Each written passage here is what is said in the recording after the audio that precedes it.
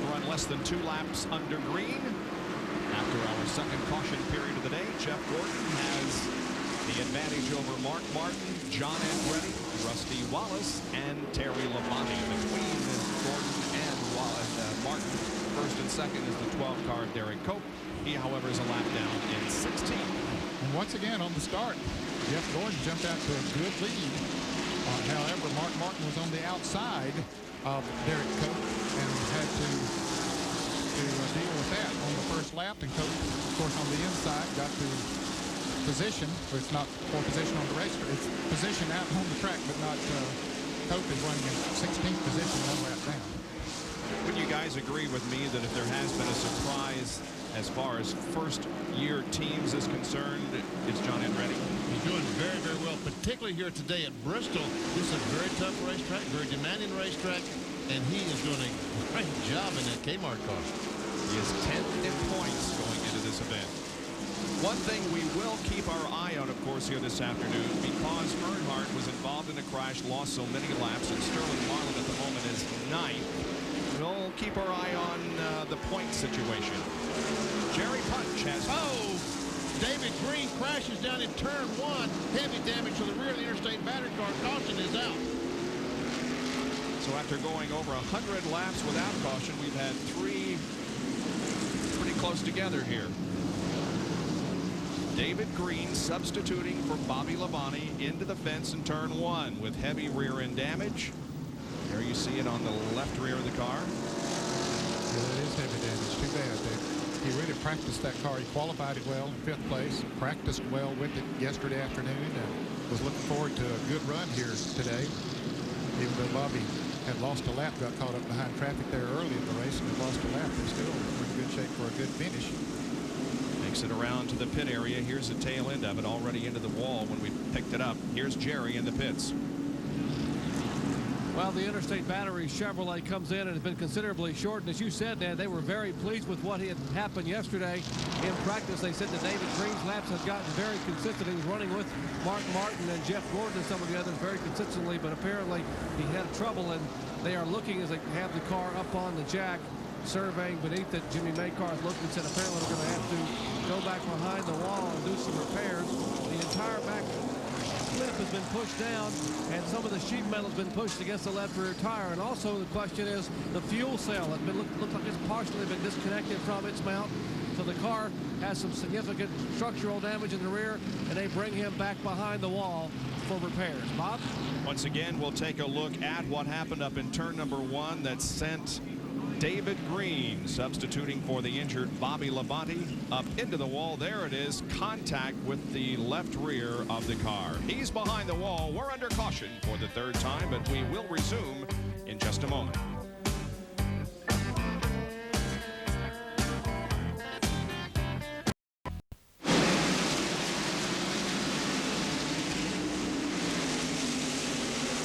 Once again, Gordon gets that good jump because he's on the inside, or gets ahead of the car that's on the inside, which is Derek Cope.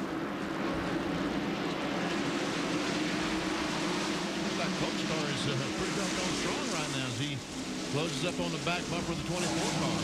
Remember, it was in the early going, and then as we got some laps on the car, it went away, but it's doing fine now again. One of our people said that they were monitoring David Green, and he said he was bumped. He reported he was bumped by Dave Marcus is what caused the crash. Looked like a white car that bumped him as he went in the turn. Dave's car is pretty white here today. Mark Martin running in 2nd place. He was a pole sitter, eligible for $30,400 in Unical bonus money should he win this race. He's running 2nd at the moment. We're on top of the Valvoline Ford. Here is 8th, 9th, and 10th position. That's Darrell Waldrop, Sterling Marlin, and Ted Musgrave.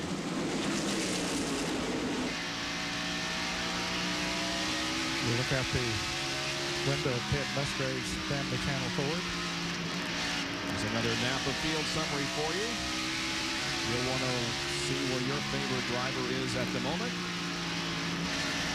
And you will notice that there are 15 cars on the lead lap.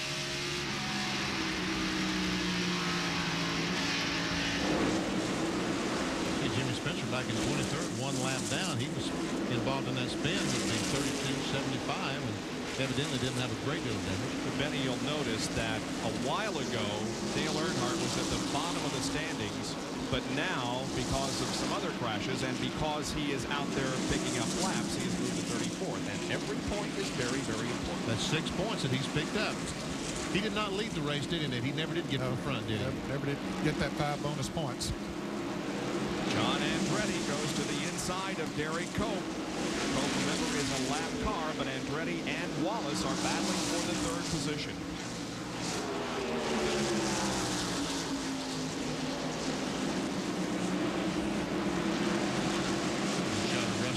He goes down in turn 1.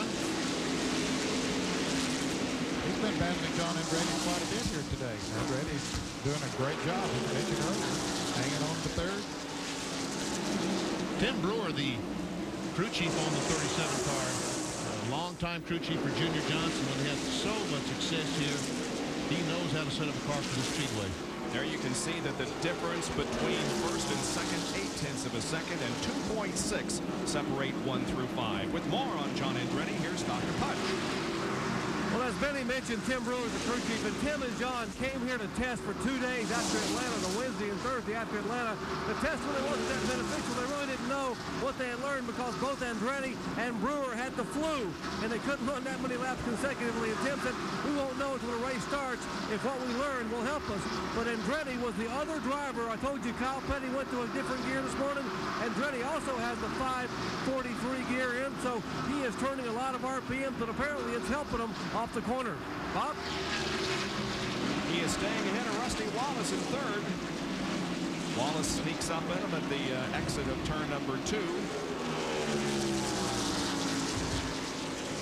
Good battle here for 3rd and 4th, but there's also a battle shaping up for the lead. Oh, and into turn number 1, it is Mark Martin passing Jeff Gordon and going back to the front. Wow. It just seemed like a lap ago that Martin was 5 or 6 car lengths behind.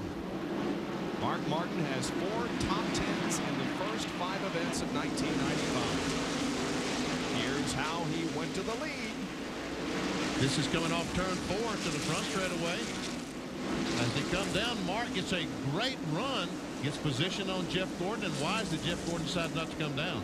Yeah, and he had been gaining about 3 car lengths each lap, and so Gordon had to see him coming and knew that he had a lot of momentum. Back to this battle for 3rd spot between Andretti and Rusty Wallace. And don't forget about Terry Labonte, because he's right there. Oh. Trust me, there he is. There he is. He's gaining on this 2 cars, I do believe. Yes, he definitely is, Benny. He was, a minute ago, he was about a half a straightaway behind, maybe a little more than a minute ago. About 8 or 10 laps ago, he was about a half a straightaway, but he's gained up. He's pulled up on him. Once again, we have a 3-car tussle between, or among, I should say, Waltrip. Yeah, make it a 4-car battle. Yeah. Waltrip has caught Ricky Rudd, who is running in the 7th position.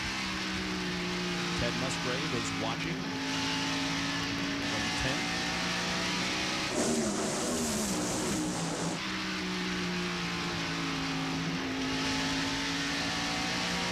Right on the bottom of the racetrack. Drew still hasn't moved up any at all as we see going in the corner. Left wheel touching that yellow line, coming off the corner. Once again, the wheels touching that yellow line, staying as close to the bottom as they possibly can. They will let it drift up in the middle just a tick.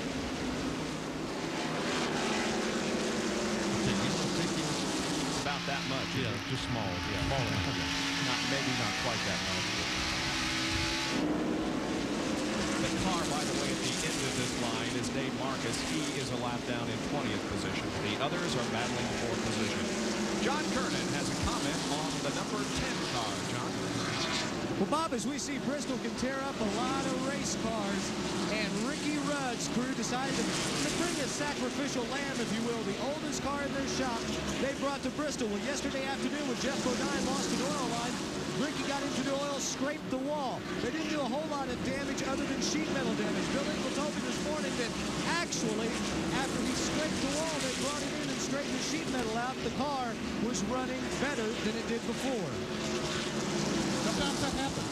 Yeah. You don't know why, but sometimes it just happens that some little something that you were lacking maybe gets knocked into the right position and makes the car go faster. Happened to me at Dover, Delaware one time. I just had an average car. I was involved in a crash, and I bent the fender, the hood and the right front fender all up, and from then on, the car just flew. Did you win the race? Yeah.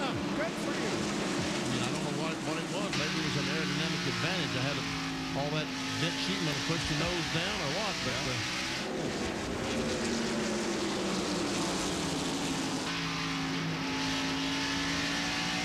Jeff Burton, we understand, is reporting to his pit crew that he may have a tire going down. He's a lap down in 25th position. Just ahead of him is Michael Waltrip, who's 5 laps down in 32nd. And Jeff Burton in practice yesterday was one of the fastest cars here. But I talked to the crew this morning. They said the car was extremely loose. It turned very good in the corner, but it was loose. And now the car, they say, is pushing badly, so that is indicative of a flat tire. Or at least a low tire. A low tire. It doesn't take many pounds of pressure that you lose to pick up in a pushing type situation. That means when you go into the corner that it just simply don't turn the way you want it to. Sometimes you have to back off the gas coming off the turn. Just behind those cars, the leader of the race, Mark Martin, with about a 5 or 6 car length advantage on second place. Make that an 8 or 9 car length advantage on second place, Jeff Gordon. 185 laps out of 500 completed here at Bristol. And we'll look at the in-cars as we go to break. There's Rusty Wallace in 4th. Ken Schrader is in 17th. Dick Trickle runs in 19th position. Ted Musgrave is on the lead lap in 10th. And there is Morgan Shepherd, who is in 28th. We'll be right back.